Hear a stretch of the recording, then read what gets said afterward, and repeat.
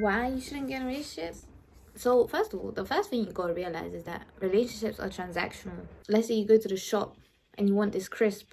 You know the value of that snack. You know that snack is like £5 or dollars or wherever you're from. And you know, okay, cool, if I want that, I must give this. I must give £5. So that's how you must look at relationships. If you want a certain thing, you have to know what you're willing to give for that thing. Okay? And what you're willing to receive for what you have to give. Like, let's say you have those £5, metaphoric £5. Let's say you have £5 worth of love in your heart. You gotta think, what would be worth those £5? You know, you gotta have an idea of what you might look for in somebody. So knowing that, you gotta realize, like, okay, cool, what do you want to get from it? Like, if a relationship is a transaction, what will benefit you? And then that's how you know who to go for and who not to go for. Unless you're very clear on what you want in that transaction, like what you have to give and what you would give that for, unless you're very clear on what equal exchange looks like to you, the exchange will never be equal or fair, because you would be given something and receiving something, and no, you won't be sure if you're doing the right thing or not if you're not clear from the start. That's how you will settle for less. If you don't have a clear intention or a worthy transaction in mind, then you're more likely to settle for whatever comes your way. Like, whatever comes your way, you're just accepting of it and you give what you have to give. Like, so now you're giving your £5 or $5 worth of love for like a lollipop. You think a lollipop is worth £5 or $5? That must be the best lollipop in the world.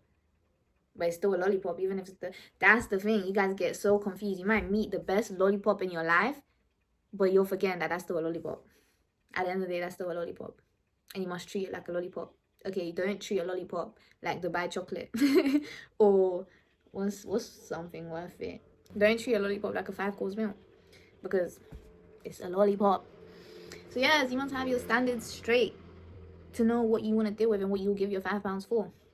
Otherwise, you'll just be giving your £5 away to anything, and then you're gonna be so mad when the transaction doesn't work out in your favor, and now you're £5 down with a lollipop, and then that lollipop will just be like, oh my gosh, someone just bought me for £5. I must be a really special lollipop. And that's why you girls get cheated on by ugly guys, because you're giving your £5 away to a lollipop. It's getting to the lollipop's head. The lollipop is now thinking it's Dubai chocolate, and now the lollipop is walking around acting like Dubai chocolate, treating you like your 5p, and now he's looking for £10. The lollipop just raised its price, and now the lollipop's thinking like, damn, if she just gave me £5, I wonder how much more I can get. And now the lollipop's done with you, took your money, and is on to the next buyer, and now is selling themselves for even more, despite them being a lollipop. No, you need to be the lollipop that is overpricing yourself, okay? You don't give your money away to a stupid lollipop that lied to you saying it's Dubai chocolate, and you might think that lollipop is worth £5 because of that what that lollipop told you. You're gonna sit there and let the lollipop sell itself to you and be like, I promise you I'm the best lollipop you've ever tasted. I promise you I taste like the bad chocolate. I promise you I'll change your life. I promise you I'll never leave. I promise you I'm an everlasting lollipop. I promise you once you eat me I'll just reappear because I'm that special. I promise you that, like, all these things that sound impossible, that lollipop will tell you, and you're gonna believe it because you really want that lollipop. You're really hungry right now and you got that £5 in your pocket. It's like, you know what, I'm just willing to give that £5 to whatever will satisfy my hunger.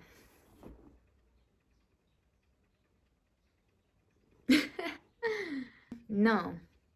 That lollipop will not satisfy your hunger. Please stop being impressed by so little. Like, a man can tell you he loves you or he likes you, or that he wants to have a family with you and spend the rest of his life with you, and now you're head over heels with him, like, oh my god, he loves me, he's the love of my life. Like, oh, you're gonna believe words impress you. Stop it. Anyone can tell you they love you.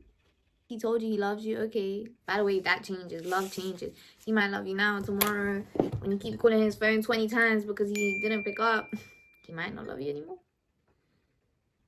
Love changes. That's why people say don't marry for love.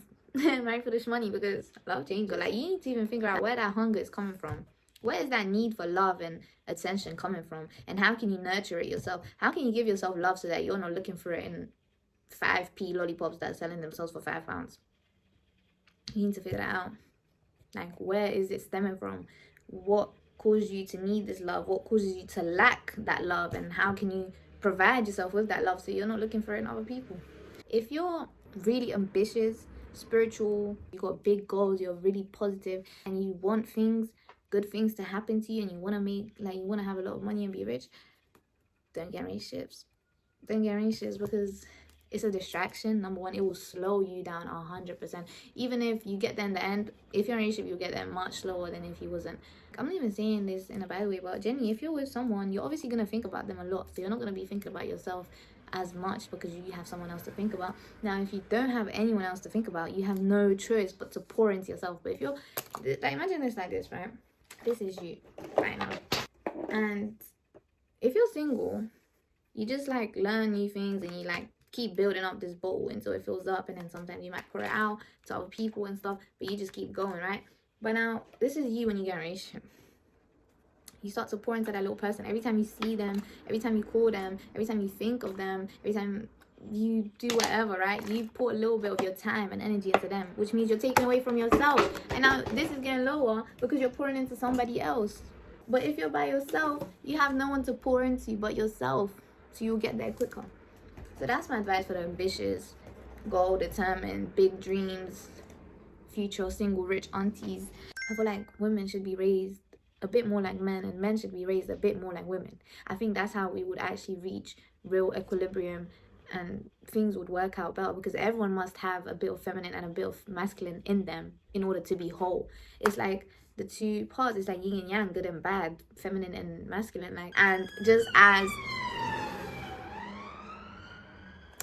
as the earth has two poles, so must you must have feminine and masculine too. So just the same way you as a woman can think emotionally and intuitively, you must have the masculine logic, determines, persistence, all these traits, right? So yes, I think we should be raising our daughters a bit more like how you'd raise your sons, and you should raise your sons a bit more how you'd raise your daughters. You know, you gotta have a good combination. Like, to make a good person, you must treat them to know how to play both roles, especially in today's day when everyone's starting to be more individual, people starting to live by themselves.